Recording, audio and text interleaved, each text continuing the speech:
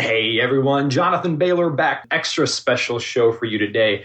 Have an individual who is out there making waves on a massive scale, but also on an individual scale because I had the opportunity to meet this wonderful gentleman on this past year's low carb cruise. And I can tell you from firsthand experience that he is a genuinely nice dude who really does just want to help people and has done a massive amount of work on his own and at great expense to speak definitively about how to help people based on that experience. He is the founder and CEO of the Bulletproof Executive. He is the host of a wildly popular podcast of the same name. He is the co-author of the Better Baby book with his lovely wife. And he is also coming out with his own book called Bulletproof Diet Book, which you can learn more about at bulletproofdietbook.com. My man, my friend, Dave Asprey, how are you today, brother? Jonathan, I am really stoked to be on with you. It's been too long since the low carb cruise. We've got to hang out soon. Yes, and we're actually relatively close to each other, which is nice. I don't hear that very often, living up here outside Victoria, British Columbia, on an island surrounded by trees. So it's good to hear you're a hermit too. Dave, a lot of people are very familiar with your work and, in fact, with your success. And I think because of that, sometimes, despite your best efforts and despite who I know you are as a man, some people might be a little intimidated by you. So I wanted to spend this podcast really exploring the story behind the story, because I know this is a deeply personal story for you. So with that in mind, can you take us through your journey to the state of being bulletproof? Yeah, what a great question, man. I started out life fat. I was just swollen as a kid and overweight. And I had asthma, I had arthritis in my knees when I was 14 and rashes all the time and, bad skin, and the things that a lot of people are dealing with now. The problem was that I was on antibiotics almost all the time because I kept getting strep throat and then I'd get sinus infections and it was just a never ending treadmill. So just say started out not that healthy.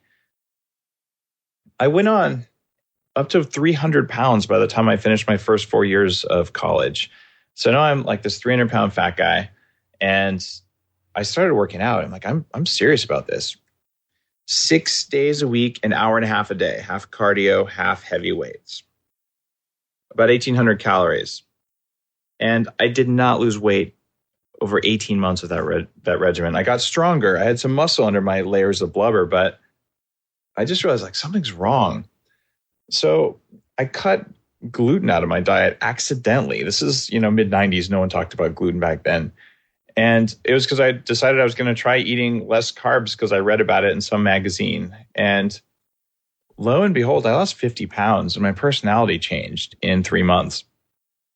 That was kind of cool. And I was really happy about it. And then I went on to this amazing Silicon Valley career where I ended up making $6 million when I was 26 years old in the .com times. Of course, the company went bankrupt 2 years later and $6 million didn't last. But man, it was nice to be able to spend on upgrading myself for a little while. And during that time, I started getting severe brain fog to the point that, I'm like, God, what they told me in 7th grade is true. I was not only fat, I was getting stupid too. Like I couldn't remember meetings and I felt like a zombie. And I measured my brain function during the day. And some days I actually kind of was a zombie. So given all that money I just mentioned that I had for a little while, I went out and I started spending money on anything that might work. And I did masses of research to the point that I run an anti-aging research group today that's been around for almost 20 years. It's called the Silicon Valley Health Institute. And for all that time, we've had some of the top researchers and physicians on the planet come in and give lectures in Palo Alto. It's been an amazing educational experience to talk with more than 100 leaders in fields like that and to put their knowledge to work on myself and then to have that fortunate situation in my career that let me invest in myself. I lost my other 50 pounds. I turned my brain back on. I raised my IQ by more than 20 points. And I'm not saying that to brag. I'm saying that it is possible and it's not even that hard to get 10 points.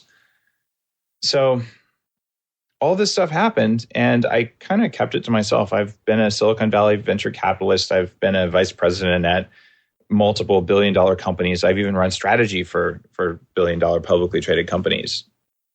And in fact, 2 weeks ago, the Huffington Post named me one of the top 100 most influential bloggers about cloud computing because of my main career in Silicon Valley. What I did 2.5 years ago is I started putting all this knowledge that I've accumulated for managing myself and the things like my biggest secrets, the things that worked best. I started putting them online and sharing them with people because it's not really fair that I was kind of randomly lucky in right place, right time, and some skills. And I had all this money and time and ability to upgrade myself that way. So I thought, well, what if other people who are struggling with the same stuff that I am, like what if they had the ability to upgrade themselves too? It's a matter of knowledge. It's not a matter of willpower. So by showing people the things that work fastest for the least amount of effort, maybe I could help a lot of people. And that's what made me start writing. I didn't start the Bulletproof Executive to start selling coffee or to make a lot of money. I started it to help a lot of people. And I started creating things that I couldn't buy, that I wanted for my own performance. And it turns out there is a market for things that make you feel awesome that actually work. Like who would have thought? So that's kind of the story in a nutshell. Dave, and that journey, correct me if I'm wrong, has also continued because recently we spoke briefly about your collaboration with your wife on the Better Baby book. You continued this journey of upgrading yourself to create new life. Is that accurate? That is accurate. When I met my wife, she's a Karolinska trained physician. She had polycystic ovary syndrome, which basically means you're infertile. She was 35 and we wanted to have kids. So I put together a program using the ideas that I've been working on for years around anti-aging, but not just reducing aging, but increasing human performance. Fertility is one of the best markers of your health. If you're not healthy enough to reproduce and you're still within the normal age for doing that, there's something seriously off biologically. So the anti-aging techniques, it turns out, work really nicely for fertility. Using the programs that I put online for free now, we were able to reverse her polycystic ovary syndrome. And we had one child at age 39, one at 42 with no fertility treatments. And Lana now runs a fertility consulting practice where she helps people over Skype understand what they should do lifestyle-wise, stress-wise, nutritionally in order to get pregnant, in order to turn fertility back on without doing IVF or resorting to kind of dramatic pharmaceutical or surgical intervention around fertility. And these techniques work. They work really well. And I mean, I have 2 wonderful kids who are extraordinarily healthy because of it. So this is a program I did for my own kids. I was concerned that if we could get pregnant, that they would have autism because it runs in my family. And I even had all the symptoms of Asperger's syndrome till my mid-20s. People don't really recognize me sometimes now. They're saying you look different, your face looks different, your skin looks different, you talk differently, you make eye contact differently, you don't stutter the way you used to sometimes when you get nervous, all that stuff. It's totally hackable.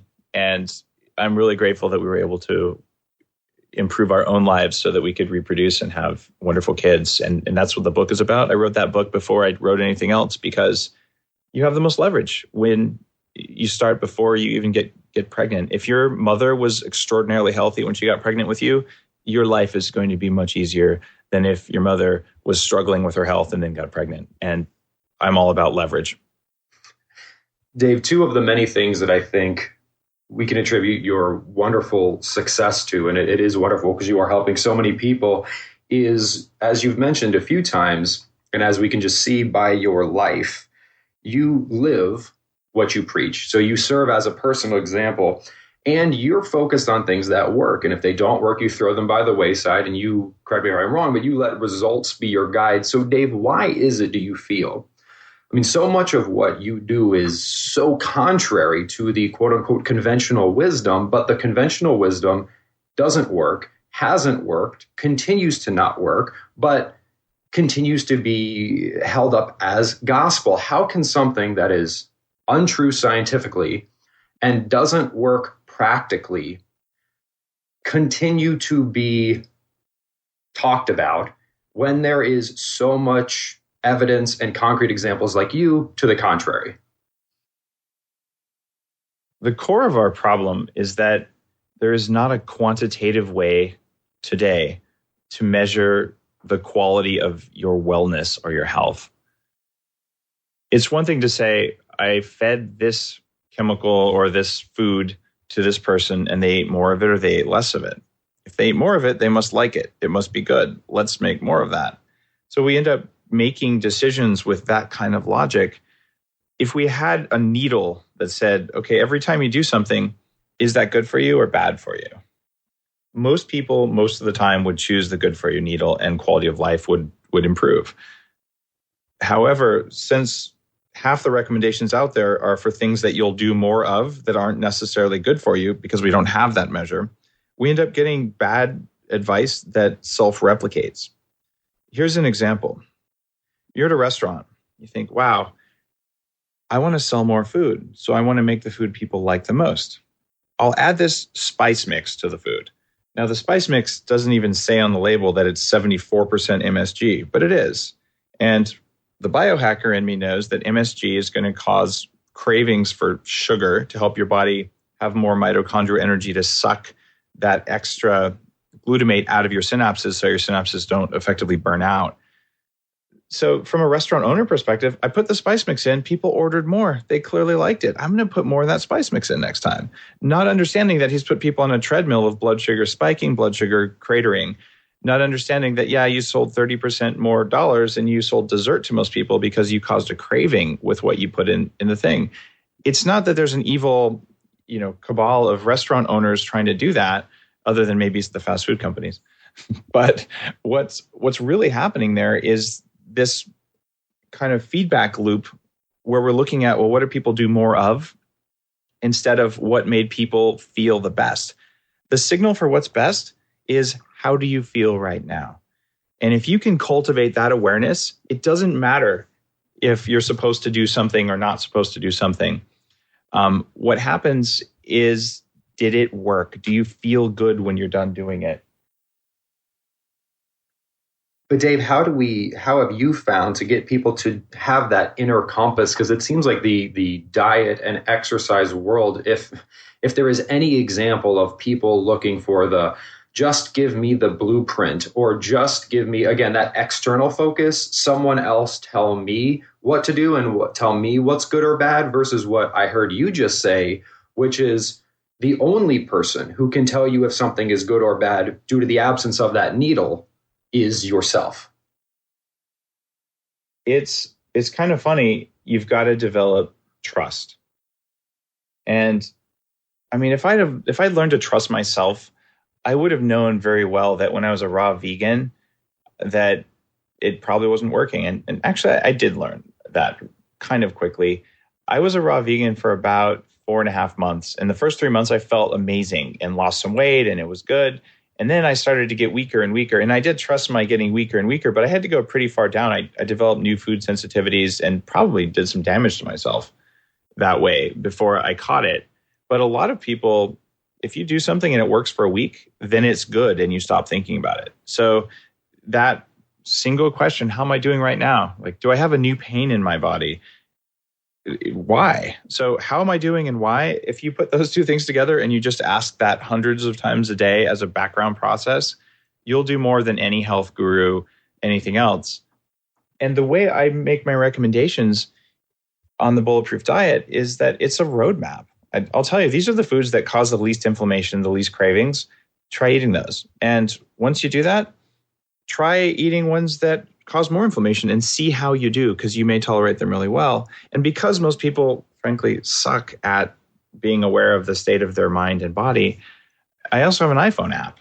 It's called Food Sense.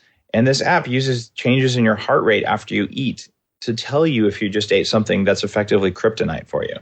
Everyone I know has some foods that make them slower and make them more tired and less aware than other foods. And if you can identify those things, not only does weight loss become kind of effortless, but cravings go away and your amount of willpower available for changing the world goes up. So I'm not telling you what to do. I'm saying here's a roadmap. You might want to try and walk on that side of the map and see how you do. And if we can show people just one day where they feel bulletproof, just that limitless kind of feeling where I have all the energy I ever wanted. If I want to think about something, it's there. I want to recall something from my memory, I don't have to struggle. The word is right there. It's not on the tip of my tongue. It comes before I need it. If your brain works like that for one day and you go, oh my God, what an amazing day. I want to do that again. Great. Now you're on the path. And most people haven't felt like that since they were little kids, if they ever have. And it's something that we're all capable of as soon as you kind of solve the Rubik's Cube of what you put into your body and what you do in the environment around you. In the spirit of channeling that sense of effortlessness about life and feeling bulletproof, some people may hear your story, Dave, and say, oh, well, that's great. Dave was a high-powered executive. He had $300,000 to spend on all these gadgets and such. I'm not in that position. I have barely enough money to keep the lights on, or I'm struggling. I'm in between jobs right now. What have you found through your experience to be, you talk about small changes making a big difference, but let's say small and affordable changes that make the biggest difference? This whole high power executive thing sounds pretty cool. And I made a lot of money as a kid, but I didn't come from a wealthy family at all. And I certainly, in fact, one of the things that really messed my health up was I couldn't afford to live in Silicon Valley when I started out there. So I lived like kind of on the bad side of the valley over by Hayward. And it turns out the 2-bedroom kind of ghetto condo that I'd bought had toxic mold in it. And it totally trashed my health. But it was the only place I could afford. And I didn't even know it had toxic mold in it. And so my career and my financial success has been up and down. And there's times when I'm like, I'm not going to this month spend money on the things that I think would be best for me because I don't have enough money to make rent. So it's not like it's always been amazing and wonderful. And I tell you, being wealthy before you're 30 and then losing it all because your company goes bankrupt and it's illegal for you to trade, just to watch your bank account go away day after day after day, was one of the more painful experiences of life. So I've felt that I don't have enough right now feeling for sure. And here's the thing. That's when it's most important to have leverage, to do the thing that didn't cost anything, that gave you an advantage, that let you have more energy. So many people, when they get tired or even when they get stressed because they did just lose their job, that's when stress hormones are highest. That's when they're the most tired. And that's when they need this stuff the most. So I don't think anyone needs to spend $300,000. I did it because I had it and because my brain was turning off and I was fat and my joints hurt all the time. It was enlightened self-interest. But from that, I'm sharing for free the things that worked the best. And a lot of those things don't cost anything. And if they do cost something, I'll tell you, this is the thing with the most benefit for X amount of dollars. Some of the technologies I talk about are $99. And I don't even make them. I'll just tell you, this one turns your nervous system down when it's overactivated. And I don't know a way to do it for less, or I'd tell you about it. So maybe that's $99 is too much for you. So maybe you're going to walk barefoot on grass because it lowers inflammation and increases calmness. Maybe you're going to optimize your sleep. Those don't cost anything. They just help you. And all that info is free on the site. Like there's 250,000 words up there. So it kind of bothers me when people say, you're doing this all to make money or something. What I'm trying to do is keep people from wasting the $300,000 that I spent. Because honestly, probably only 100,000 of that really moved the needle. The rest of it was more data collection and experimentation and figuring out what didn't work or didn't work very well or wasn't sustainable and things like that. So there's not a call for you to spend your life's savings on upgrading yourself. It's a call for you to spend your attention on upgrading yourself. The distinction between spending attention and spending money is a profound one, Dave. And to anyone who has any inklings of Dave doing this to make money, Dave is one of the very few individuals I've met and whose work I've seen who is like, this gentleman is doing unique work. I mean, I don't want to go over the top here, Dave, but like, do check out Dave's site, bulletproofexec.com, because so much in the field of health and fitness is derivative. It's just a respin of the same thing. Dave is not doing that. Dave has got some amazing, very unique, very cutting edge content. And it's exciting stuff. It's not for everyone, but it is exciting stuff for those who it does appeal to. And as you can tell from our dialogue today, a very wise man who has his heart in the right place as he provides this unique and empowering information. Dave, what's next for you? In the next few months, I'm launching the Bulletproof Diet book. And the Bulletproof Diet has been trialed on hundreds of thousands of people. My blog, The Bulletproof Executive, has now reached the top 23,000 websites on earth, and millions of people have seen it. And I put down the very latest research that goes into the diet into a book that explains why all of this stuff works and exactly how to go about using your food as a way of improving your performance cognitively. And when you do that, the inflammation and things just turn off. So check out bulletproofdietbook.com. You get the incredibly detailed infographic that tells you the basic diet. And the first chapter of the book, as soon as it's done, that will come to you for free when you sign up for free. Just give us your email address and we'll keep you up to date on the book. You'll also have the ability to help me know what to put in the book over the next 3 months. So that's bulletproofdietbook.com. And listeners, if you are in the process of or expect to be in the process of creating new life, Dave, what was the name of that book again? The Better Baby Book. You can go to betterbabybook.com. There's 1,300 references that went into that book. I did it for my own kids. It's the real deal. And then, of course, you've also just produced a 18-hour comprehensive course on the Bulletproof lifestyle with Creative Live, which folks can search for on the web, correct? Yes, just search for the Bulletproof Life on Creative Live. And if this podcast was cool for you, there's a lot more where I just share the stuff that's worked the most for me in a structured format, lots of extra materials, but you can upgrade yourself pretty dramatically with that kind of info. I love it. And then, of course, the umbrella over everything, bulletproofexec.com. Today's guest, Dave Asprey. Dave, thank you so much for sharing your wisdom with us today. Jonathan, thanks for your show. Listeners, I hope you enjoyed this wonderful conversation as much as I did. And please remember, this week and every week after, eat smarter, exercise smarter, and live better. Chat with you soon.